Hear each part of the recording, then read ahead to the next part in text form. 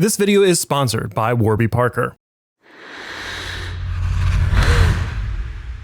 Only you can redeem us. I've never been more scared in playing a character. I have wrestled with the devil. Death. But I never been so happy. Nosferatu is a story that's been around for a long time. Even longer than the original 1922 German Expressionist film. As director Friedrich Wilhelm Murnau would unofficially base the story on Bram Stoker's novel, Dracula, from 1897. And like its antagonist character, Count Orlok, it has managed to survive where many other early works of cinema have not. Soon after its release in 1922, Bram Stoker's widow, Florence Balcombe, would sue the film company Prana Film, who was behind its release, and despite changing the characters and deviating from the famous novel in many ways, it was too similar to the novel. And unfortunately for the Prana Film Company, run by famous occultist Alban Grau, they would not become the next Warner Brothers, with this being its first and final film the studio would get to release, as it would go bankrupt over the lawsuit. The courts ruled in favor, of course, of Florence and ordered that every copy of the film be destroyed. But the film, much like the character of Dracula, escaped by a little trip over the ocean. This time, instead of stopping in Whitby Harbor in England, like Dracula, the reels would make their way to the US, where it would finally premiere in 1929, 7 years after its first release. It would be hailed as a masterpiece and considered by some as one of the best horror films ever made. And that sentiment continued throughout the decades until in 1989, a 9-year-old boy who was super into monsters and would scour the local library for books on them to satiate that interest, found something interesting during one manic search, coming across a photo that stuck with him forever. On the cover of the book on the vampires was a picture of Max Schreck standing in a Gothic arch, and I thought, that is the coolest thing I've ever seen. In small italic type under the photo, it said it came from a field called Nosferatu, a film he'd never heard of. He ran home and asked his mother if he could watch the film. She would agree, having an arrangement with her son that he could watch any movie as long as he would have a conversation with her afterwards. My mom drove me to the closest video store, which in rural New Hampshire was not easy. We ordered the VHS and it arrived in about a month. Young Robert Eggers would quickly pop the VHS in and begin to watch the film that would influence much of his early career. The VHS was made from a degraded 16mm print, so you don't see the bald cap and the grease paint, and sometimes his irises look like cat eyes. It doesn't look like that in the restored version, but in what I saw had kind of more realism because of the degraded quality that I was watching. His fascination with this film would lead him to putting together a play version of the film when he was a teenager. I was 17 and it was with my friend Ashley Kelly Tata, who now is a theater and opera director. We did this thing in our high school and it was very much not what this new film is. It was black and white on stage. It was very expressionist. It was much more expressionist than the film is. It was such a magical opportunity. It totally changed my life. I thought maybe I could be a director. Eggers, of course, would go on to have a magical career as a director, with films like The Witch and The Lighthouse receiving lots of praise. But he always had his sights on returning to that monster that stuck in his head at 9 years old. He just hadn't found the right time or opportunity for it yet. In July 2015, Eggers would seemingly get that chance though, with the remake of Nosferatu being announced with him writing and directing with the backing of Studio 8. Thrilled with his opportunity, he couldn't believe that he was getting to make his dream film on just his second film. It's shocking to me, said Eggers. It feels ugly and blasphemous, and egomaniacal and disgusting for a filmmaker in my place to do Nosferatu next. I was really planning on waiting a while, but that's how fate shook out. In 2017, Anya Taylor-Joy, who had worked with him on the film The Witch, was tied to the project as well. But time would go on, and there was not many updates on this project, and many believed that perhaps it began slipping perilously into development purgatory. In the meantime, he would go on to make the film The Lighthouse, which earned an Oscar nomination. In one sense, he seemed to be okay with not doing the film too early in his directorial career, saying, "It would have been foolhardy if I had been able to do it earlier. I wasn't adept enough, and the way it fell into place is unexpected." But later on in a podcast with Den of Geeks, he cast further doubt on the project, saying, "Look, I spent so many years and so much time, just so much blood on it. Yeah, It would be a real shame if it never happened. But also, I don't know, maybe Nosferatu doesn't need to be made again, even though I've spent so much time on that. Finally, in 2022, it seemed that the project started to move along. And right after finishing his latest project, The Northman, Eggers would start preparing for the production, scouting locations, and assembling his crew, as well as casting Bill Skarsgård, who memorably portrayed Pennywise the Clown in It, to play Count Orlok, and replacing Anya Taylor-Joy with Lily Rose Depp. But this one was very emotional and physical for you. Yes. I mean, in every way. And it was there on the page, like right when I first read the script, it was evident how emotional and how physical this role was going to be. Nearly 26 years after watching the film that miraculously survived destruction, Eggers would get to finally film his childhood story. With the cast and crew assembled and the funding in place, it was time to start production. And this production was going to be pretty dark, even lit only by candlelight at times, as we will talk about later on. So you really had to be able to look out for what you're doing. And look, as someone who has an astigmatism who wears contacts from time to time, when it starts to get dark out, it's just much better to wear a pair of glasses. But I like to have options when it comes to glasses, and I've been ordering from today's sponsor, Warby Parker, before this channel was even created. Go back and look at some of my earliest videos, and I'm likely wearing Warby Parker glasses. With Warby Parker though, it's easy to find great options for eyeglasses, sunglasses, contact lenses, all available online that can be delivered straight to you. Warby Parker offers a variety of quality frames that they design in-house and are super affordable, starting at $95 for prescription glasses with anti-reflective, scratch-resistant coatings. But if you don't know which frame to get, order 5 pairs of glasses with the home try-on quiz today, and Warby Parker will send them to you for free to try on. You can do that now through the QR code on the screen or through the link in the video description. Now that we can see again in the dark, let's get back to some vampires. Principal photography would begin on February 20th, 2023, in the Czech Republic. Eggers' dream, of course, had been to film in Transylvania. We wanted to shoot Transylvania for Transylvania, but at the end, it wasn't financially feasible.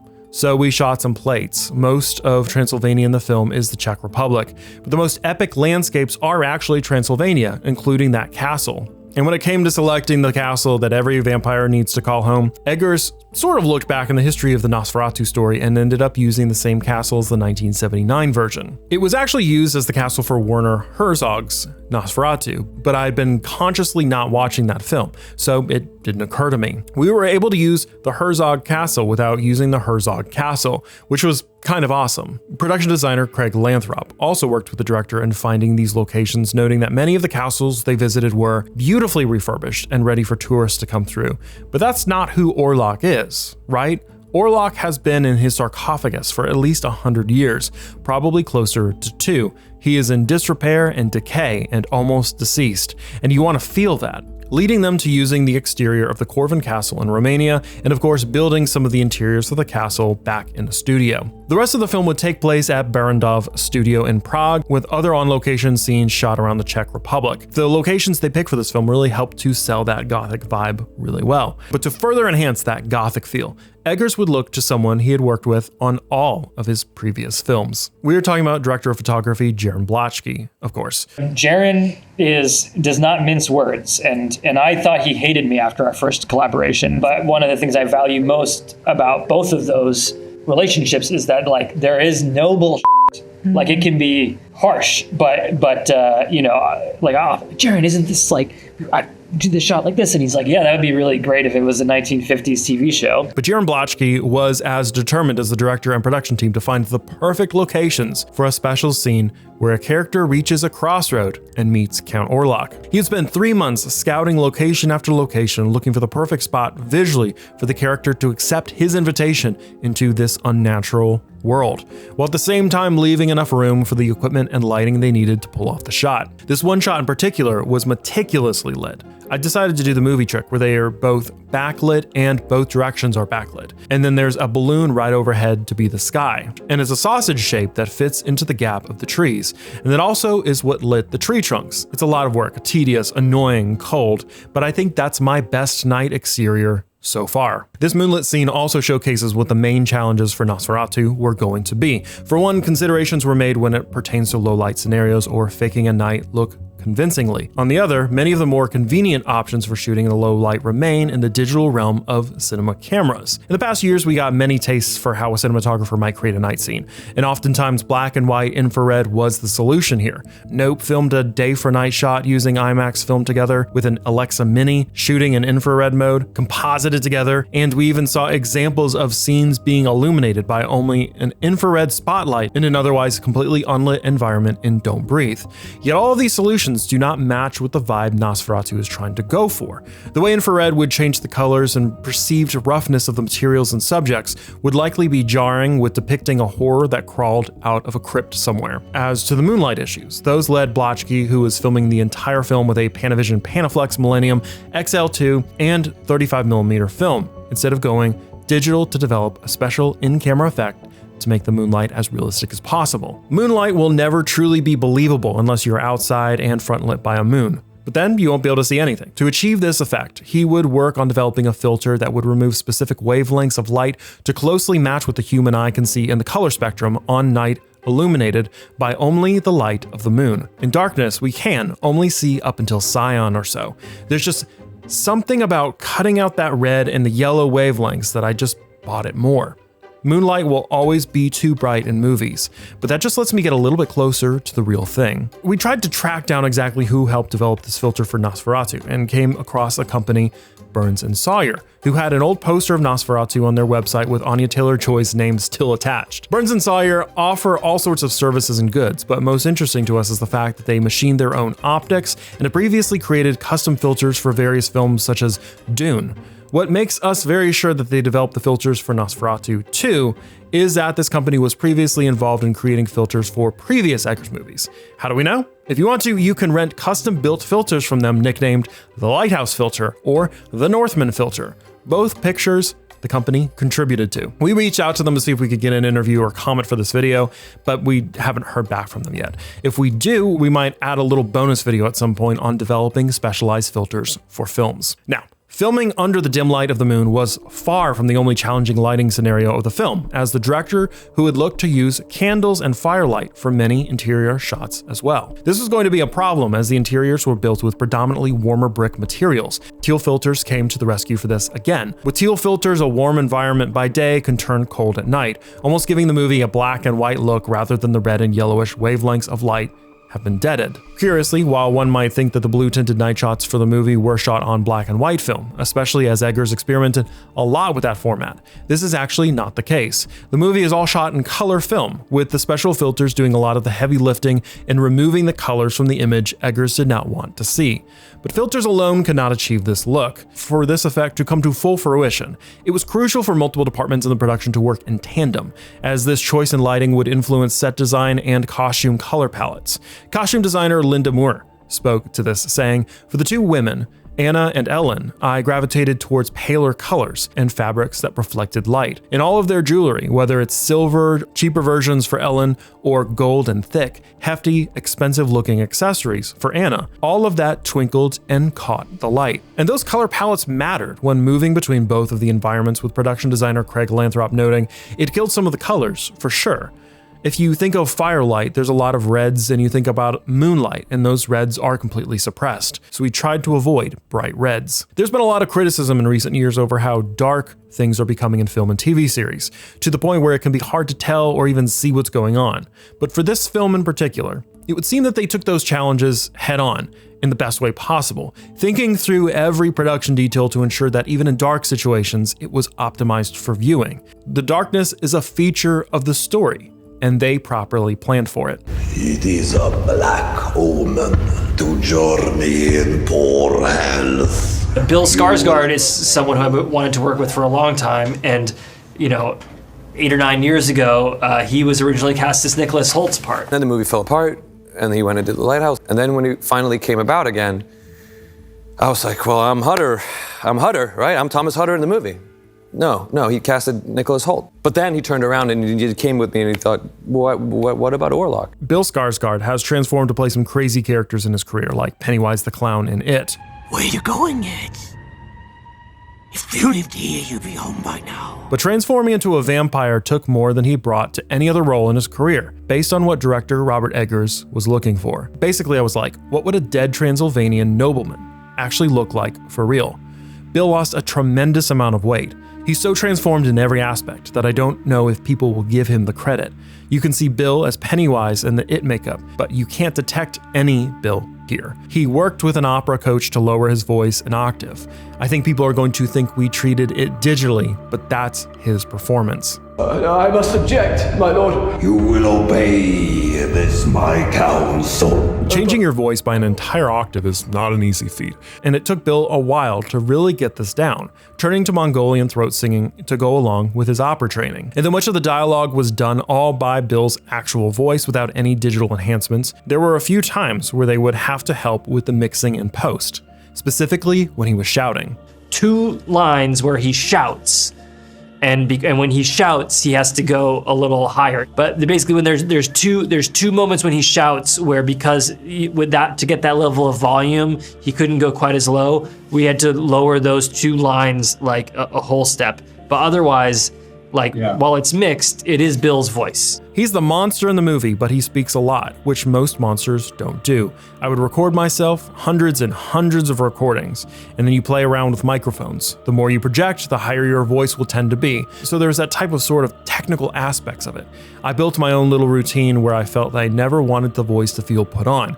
So I wanted the voice to kind of surprise myself as I was performing it. Then Rob sent me like a snippet of a vocal sample, and I said, that sounds so baller, who is it? And he said, yeah, that's Bill. You will remain and well rest yourself. No, that's not Bill. That's like an 80-year-old guy with a basso profundo. Bill's voice is a tenor. It's not even as deep as mine. Mine's kind of hoarse right now, but and he's like, no, that's Bill. I couldn't believe it. Now, to visually transform himself for this role, Bill would lose a lot of weight and would have to endure 6 hours a day getting in and out of prosthetic makeup applied and wearing contacts that left him barely able to see. The transformation was enough to put even the director on edge.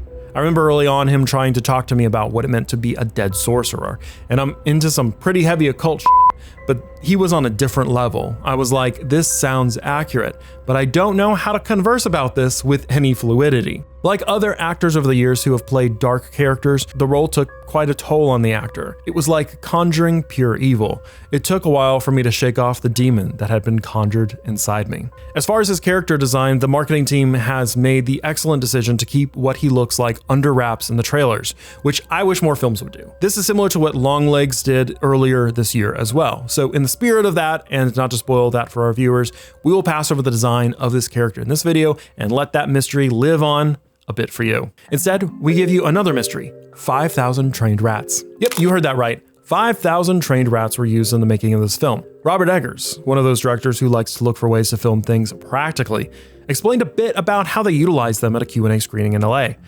There's 5,000 real rats. So basically, if there's rats in the foreground, they're real, and they thin out and become CG rats in the background. And they were well trained, like when the rats run off the ship, they were on buzzers. I didn't know that rats are incontinent, and so the smell is insane. And unfortunately for actor Nicholas Hoult, he was one of the actors that had to essentially wade through these incontinent, smelly rats. But he didn't get the worst part to play when it came to the rats and maggots. He had to be kind of locked in a sarcophagus where he's handsome, isn't he? And he was in there in the full kind of Count Orlok prosthetic makeup. He's got contact lenses in, that means that they kind of make him go blind. And he's laying in there, and they've filled it with rats, and he's got maggots all over him as well. Honestly, this sounds like a logistical nightmare, but I can imagine it wasn't that hard for the actors in the film to act truly disgusted. Production of the film would wrap up 3 months after it began on May 19th, 2023, with a release date set for a fun December Christmas release that really sets the mood for that time of the year. This has been a film that has topped my list for must-see in 2024, and I honestly can't wait to go see it. They also have some 35mm showings in the following areas shown on screen, and if you can, I would definitely go see it this way. But there's also another film releasing for Christmas this year that's a bit more in season, A Complete Unknown, and you can check out the production of that film right here.